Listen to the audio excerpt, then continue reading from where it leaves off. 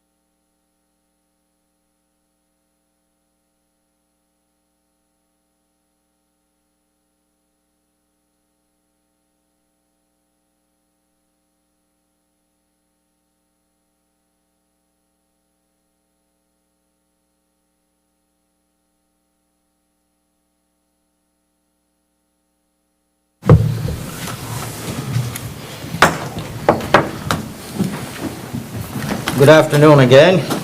The board is now reconvening into open session, and the time is 12:22, I believe. My eyes aren't good. And Miss Kelly Pitcock has joined us.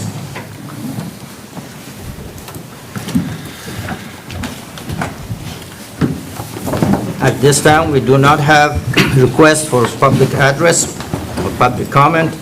If anyone wishes to comment at the future meetings, instructions on the how to register are on the list of agendas.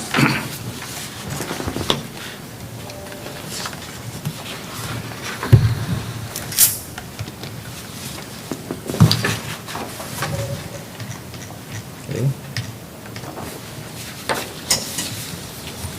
We are now proceed with the items on our discussion and action agenda. Comments are, or agendas are purchases over $25,000. And I ask Mr. Michael Martin, Deputy Superintendent. Item first is Coach Com LLC. Good afternoon, President Nuriman, members of the board, Dr. Trujillo. Thank you for allowing us to come and present this afternoon. First off, we have Coach Com, which is a replacement set of headsets for our coaches up at the Nacogdoches High School. Our current headsets have become inoperable, and so Coach Darby has come in, gotten a quote from Coach Com, and evaluated the system. If I can draw your attention to page 5 in your board book, we have all the backup documentation inside of your board book. The total cost would be $49,160, and this is already a item that Coach has in his budget, so he will be spending out of the general fund, out of budgeted money for these headsets. We'll be happy to answer any questions the board may have. Coach Howes, do you know how old is a current system? Yes, sir. So our current system, we bought used. It's from 2008, or no, 2013 is when we bought it. That's the original year. Yes. They bought it 5 years ago, 6 years ago. And so it was a used model from 2013. Right. You know, I attend a coaching school, everything is all the time, sound systems, the only thing you can see with powerlifting and technology for communication. How often do they change? If they change, are we able to adopt some of the items that we have? So the current system we're buying, it has a current update system where they can update it Yes. remotely. We just plug it into our computers and they'll update it. The frequency are always changing, things like that. The model we're buying is the top of the line. Yes. For instance, we could go with a lower model for less money, but playing at SFA and some of the bigger stadiums, they may or may not work. You know, they kind of give you about a 90% chance it's going to work. Right. At those bigger stadiums, which, you know, is great until they don't. And then you're kind of, you know, struggling. I had that unfortunate scenario. We played a game, our first round playoff game at Beeville, where we had a different brand Portaphone. Yes, sir. And they're a lot cheaper, but the first round we didn't have headsets, and it makes a big difference. And if there's a new feature added in the future, would be adoptable, Yes, right? sir. And they'll adopt it. It's kind of, I think it's for the next 5 years that we'll get, if anything new comes out, we're good, and then. Yes. But these are coming out this year, so I don't see that happening. This is the new line. Thank you. Coach, I have a question. What would happen with the system that we have now? Would We it be- trade it in, and Okay. so the actual cost of these is a crazy high number. It's like 79,000. Yeah. And so they're giving us about a 20-something thousand credit Good. for ours that we trade in. The current system, the battery packs are completely worn out. They actually use AA batteries, and they change them every quarter. And about 5 of them work full-time, and the rest are kind of in and out, if you're lucky. And so they weren't taken care of very well, which is something we're gonna take very good care of them. They come and we're gonna coach, certain coaches are responsible for them, and we're not gonna throw them down, which unfortunately you see coaches do that. These are expensive pieces of equipment, and I don't care how angry you are, you're not throwing it on the ground. And so unfortunately, that's kind of not always been the policy in some places. Thank you, Coach. Thank you. Coach, this gives us a higher level of security and functionality by going with this, and certainly I trust your judgment. So I think if this protects us and allows us to communicate better wherever we're at, that's a better investment. Yes, sir. And like I said, they're the top of the line. They're guaranteed to work at AT&T Stadium up in Dallas if we get there. And so unfortunately, we won't be able to use them, but they say they'll work. And then, but any professional field, anywhere there, there's no glass or no frequency that'll come in the way. Sometimes airports will screw with them, and they guarantee it'll work no matter what. So. President Fashid and Board, if you allow me, Coach Darby, you and I have had conversations. You're giving them the response as a football coach on the football field, but as an athletic director, where can this also be utilized? So we've used these at track meets. It's one of those things when, especially the way our track's set up, we're kind of spread out. And so it's a great asset to the people in the box, to the field. We've used them, the big one is football, track, really indoor, any outdoor activities. We've used them at baseball games at times for pitch counts, for playoff games, because it's, a little bit more on the line. Any chance we can use them, we're going to use them, but track meets are the biggest area. It allows us to have that person in the box, the announcer, real-time answers, real-time, instead of having the person run up there. And also with field events, it kind of cuts down the middleman. And so We can report the scores. Yes, sir, for the scores and everything like that. And they're a great system. They use them at district track this year. And so we'll use them for our track meets. We've used them, I've used them personally in our previous years at track meets and other events. President Fashid and Board, the reason I want to make sure to bring that up is that as athletic director, we're looking at the facility with this, that we're not sitting here thinking, oh, another thing for football and not for us. So it'll be utilized in a variety of ways to impact the effectiveness of our communication, so. I just was thinking through this, and actually this brings safety to mind as well, because if somebody sees something, everybody can talk about it right away, particularly if a man's down or whatever happens, we have instant communication if we have dependable communication devices on. Yes, sir. And it's one of those things where we can relay the information immediately to everybody. Mr. Chairman, for the sake of time, I so move that we approve this item for the amount of $49,160. And I'll second that. All right. Reverend Irvin made the motion, and Mr. Montoya second. All in favor? Say aye. Aye. Aye. Okay, motion passed. Mr. Martin, since you're there. Thank you, Mr. President. Qualight Sports Lightning.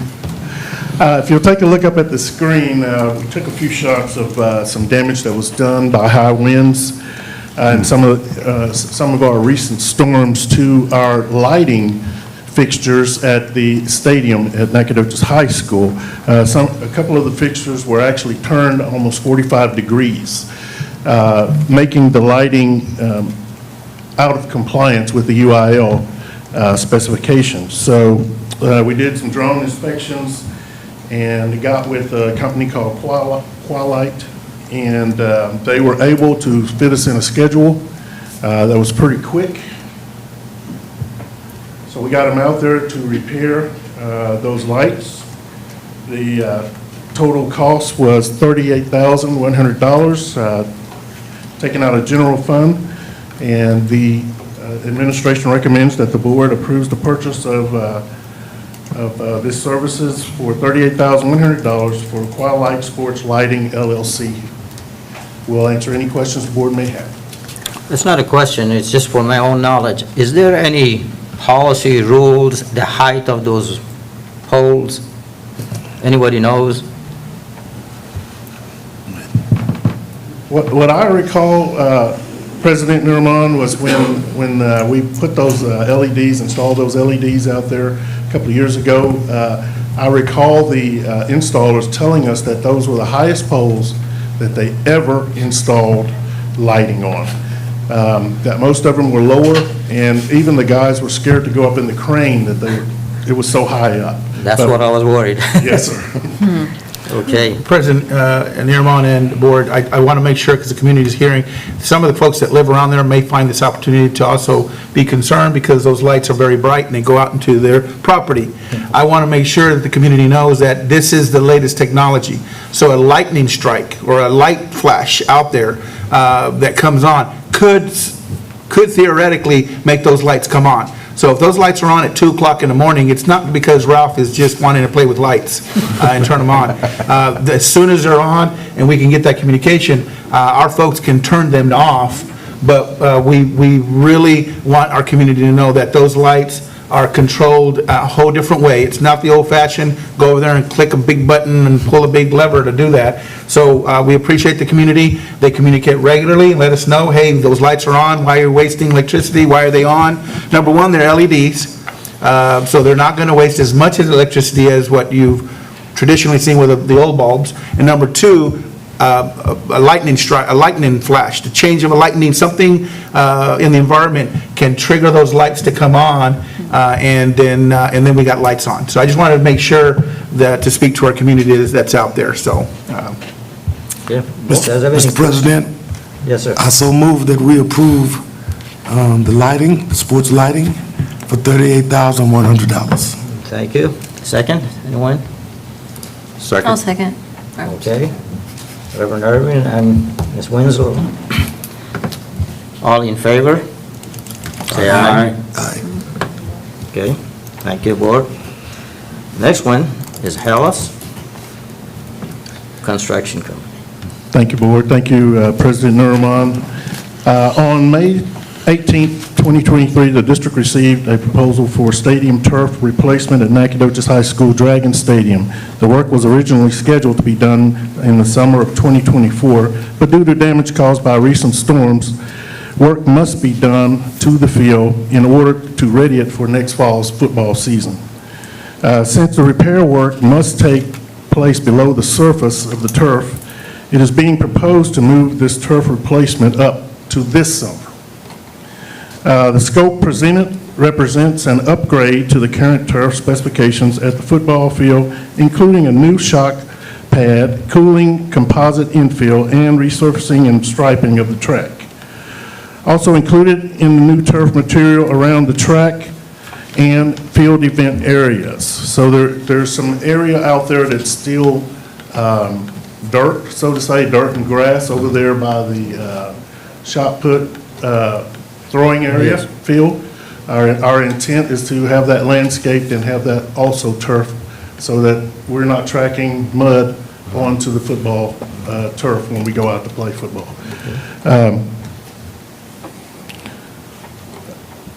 Let's see. So the total project cost, and also we're looking at, while we have Hellas in town, we're looking at the McMichael Middle School track. I have a picture up here. This is what our track surface is starting to look like. Even worse, I didn't get some of the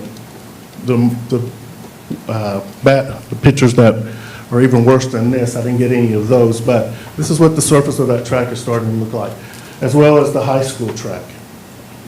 So we're proposing that while we have Hellas Construction in town, that they go ahead, replace the turf, AstroTurf, at the stadium field, also resurface the track at the high school, and to resurface the track at the middle school. Okay, just resurfacing it would cure the problem, or there had to be a foundation to be solid? I believe there's going to be some foundational issues, Coach Nurman, but let me turn to the expert, if I may. Okay, If you will allow me, I'd like to call up Mr. Corey Jensen. with Hillis Construction. Mr. LaRue, do you want to join him, please, at the mic? Ralph initiated the walkthrough and around, and then it included the gentleman to join us here, so. Mayor, Commissioner Armand, board members, Superintendent, yes, there is an allowance of $150,000 in the proposed cost to redo the track at the middle school. We may use part of that allowance, we may use all of that allowance. It just, you won't know how much we need to use until we get in there and peel that surface back and see what the underlying problem is. We will repair those areas and then put the new surface on top of it. Now we can get the expert's opinion as to what it could get to. Excuse me? No, now the expert can tell us what they find sometimes when they're underneath that track, as far as what they may Yeah, and that's see. why, I mean, it is a high allowance, 150,000, but, you know, when you're walking on the surface of this track, the fact that you can see so many cracks in the surface itself, typically, like at the stadium, you don't have the cracks on the stadium, it's time to do what we call a retop, but they're just gonna come in and put another poly spray over the top just to seal that and get, you know, more time out of it. The middle school track, the cracks that you're seeing, there are definitely some surface cracks, but you can tell the majority of the cracks in that are coming from below. Which again, until you pull all that track surface off, you know, there may be some cracks there that we can't see. So yeah, just kind of coming in, cutting out some of the areas, repatch it with asphalt. And that's at Mike Moses, right? Yes. Mr. LaRue, And Michael. So, and you would resurface the whole track with new material? Yes, sir, that and Okay. field events as well. Okay. as far as drainage, do they have any problem, Ralph? There's plenty of field drains around that Yes. project, and it seems to drain fine. We've never had a situation where the field drains could not handle the water. Yes, sir. Okay, thank you. And with the drainage, for the McMichael track, we're proposing, it's our S200 system track, it's a more porous track, that if moisture is under there, then it'll allow it to breathe. Like at the stadium, you have a sealed track, but you don't have any water issues. So just kind of as a precaution, doing a more porous track, that way if there is water there, it'll allow it to evaporate and breathe through that track and won't bubble up. You won't have issues with that track system on an older asphalt. Sometimes you'll see that with an older asphalt, if you seal the track, moisture gets under there and then your track will start to bubble up. So that's why we're going with that track system. Coach, if I may, I'd like for Mr. Jensen to talk a little bit about, because we're actually upgrading, we're coming back with better materials than we put in the original turf football field. And also, the usage is not just for football. As you all know, soccer, band, every other athletes drill, go out there and participate on that field. So if you will speak to the enhancements that we're looking at. Mr. Martin, before gentlemen start, as far as usage, I'm well aware how much is used. Boys, girls soccer practice and have their games. Band practice on it, football practices, freshman varsity JV, and games and practices. Drill team uses it. There is a lot of wear and tear. I understand that very clearly. Also, we rent that facility for football games, playoff games, or soccer playoff, because where we're located. So there is a lot of wear and tear. And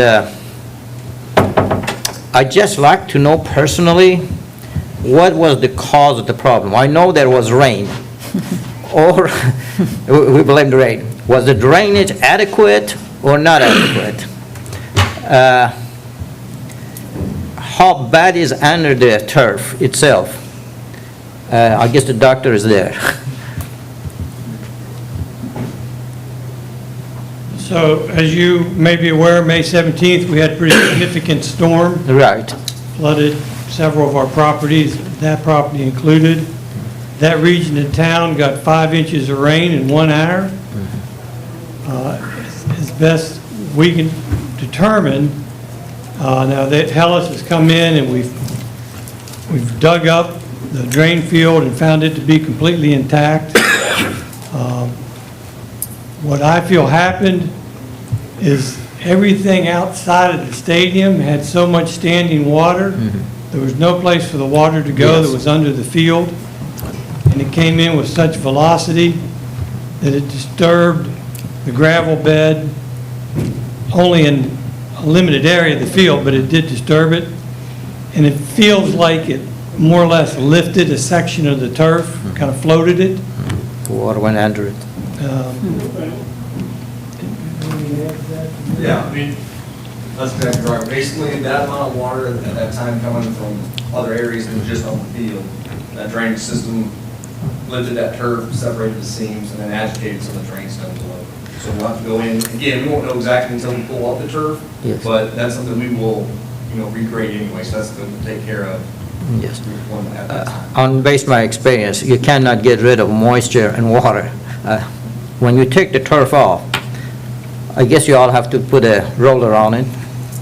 Yes, yep. You put roller. Regrading, correct. How about if there's still some moisture in there, and if you cover it up, it's gradually become, water multiplies, if I make sense? You let it dry completely? Yeah, it'll dry. Okay. Then normally, how long that takes that project? The whole project, Yes. with everything on track, we're at about 50 to 55 days. 50 to 55 We days. start tomorrow. Couple of questions for Mike. Sir? I'm sorry, what? Can I address it? Mike? Sure, Couple of absolutely. With what you're doing, or with what you'll be doing, in the future, should we get 7 inches of rain in the span of an hour, will we be faced with that same problem? So a couple things, as far as when we pave this elastic layer cush drain, the shock pad on that will sit on top of that drain stone and help hold that drain stone in place. So if you were to get a hard rain, I feel that your drain stones will certainly be protected. Obviously, weather elements, we can never predict, what's gonna happen when that turf's lifted, and if the seam's separated at that time. But by adding the shock layer, obviously you're adding protection to the students on the field, but you'll also be protecting, that drain stone layer as well. Secondly, should it happen, the rain come, lift our turf, what guarantee, what coverage will your company provide for the district in the future? Yeah, you'll have an 8-year warranty on the turf itself. Okay. That warranty, obviously, depending on what, weather permits, if someone drives, we've had that where someone drove a vehicle on the turf before, obviously that doesn't, warranty isn't going to cover natural hazards or vandalism. But yeah, when we're local, we're in the area, if there's any things that need immediately fixed, we can get there and take care of it very quickly. Okay, On good. your judgment, And I- I'm sorry, go ahead. Just one other question, I think this is for the district. Superintendent, seeing that this was caused by the weather, the rain, Yeah. what part does our insurance play? Right now, I know that Ms. Barbarick is working with our insurance claim. We, at this point, don't have anything, or do we? All we know right now is there's a $100,000 deductible. Am I getting here close enough? There's a $100,000 deductible, which applies to all areas that were affected by the rains. What I don't know is, will they base the payout on replacement value or depreciated value? Okay. Thank you. Yeah, my question was, the surface itself are usable for, if we decided to lay it out somewhere else for another purpose? Yes, absolutely. Okay. And if you decide to take those, are we get anything back from it? Oh, yeah, you can decide whatever you want to keep, we can work that out, figure out what sections you want. Okay. And absolutely. And based on your experience, what part of the field is wore out the most? I have an idea, I want to see if I'm correct. Well, again, it kind of depends. Sometimes really where you see it worn out the most is where the kickers and the penalty kick guys from soccer, and a lot of times where the band people turn the most on them. And focusing on a goal line Right. offense. Coach, I have a couple of questions. My question is, at this point, then, we don't really know how much damage is done underneath the turf. We can see what's physically on top. So is there a possibility that it may be worse underneath than we might expect? It could be worse than we expect, but not worse in terms of, when we pull up a field to redo it, and this is a base that Hell's Construction has already built, so we're confident in what we've built, that any of the work that we have to do for regrading purposes, we'd be doing anyway when we replace it. Okay. So it will not be any added cost. And if, replacing the whole turf versus patching it and fixing it, that doesn't kind of make sense to me, because I'm a firm believer that if something gets broken or not working right, then you get the best you can so that you can keep it for longer and not a shorter time. So you won't know actually until you pull that turf up to see how bad it is down underneath. Correct. Thank you. I have a comment. I'm on the board at East Texas Baptist University, and we put the artificial turf at the girls' softball field, and then they said, well, we have a break in our schedule, we'll do the boys' diamond, but we'll only do the infield, and it was like, you'd be stupid not to do that, so we did that. Because of proximity, it makes it cheaper. So the proximity of your equipment to us, and the fact that we're at end of life, basically this field is in its last gasp, but now it has taken its last gasp. It would be more expensive next year if we just say, theoretically, we could make it last to next year. It's going to cost more next year, it's going to cost more to get your equipment here, so we're saving money by acting and getting it totally redone so that it's a safer field for all the athletes and students that participate there, and any other outside people that come to utilize it. We have to be sure that we have a secure and safe location for them. So you pretty much can say, yes, all that would happen by replacing this field to a new condition with, everything's going to be better. Absolutely. Better than all your neighboring schools, too, especially when we're real close. Just Mr. Chairman, incidentally, when this turf was going to be established at embryonic stage, I was involved, and I supervise it every day. So I know exactly how he operates. Yes, sir. Mr. Chairman, Yes, sir. with that being said, I'd like to make a motion, if it's okay. That is perfectly fine. I so move that we approve the recommendation by the administration for Heller's Construction in the amount of $1,994,460 for the reconstruction of the Dragon football field. Okay, motion made by Reverend Irvin. Any second? I'll second. Ms. Winslow, second. All in favor indicate by saying aye. Aye. Opposed? Motion's passed. Making many motions. Thank you. Okay, board, at this time, I need a motion for adjourn. I move that we adjourn. Okay? I second. Well, we adjourned it.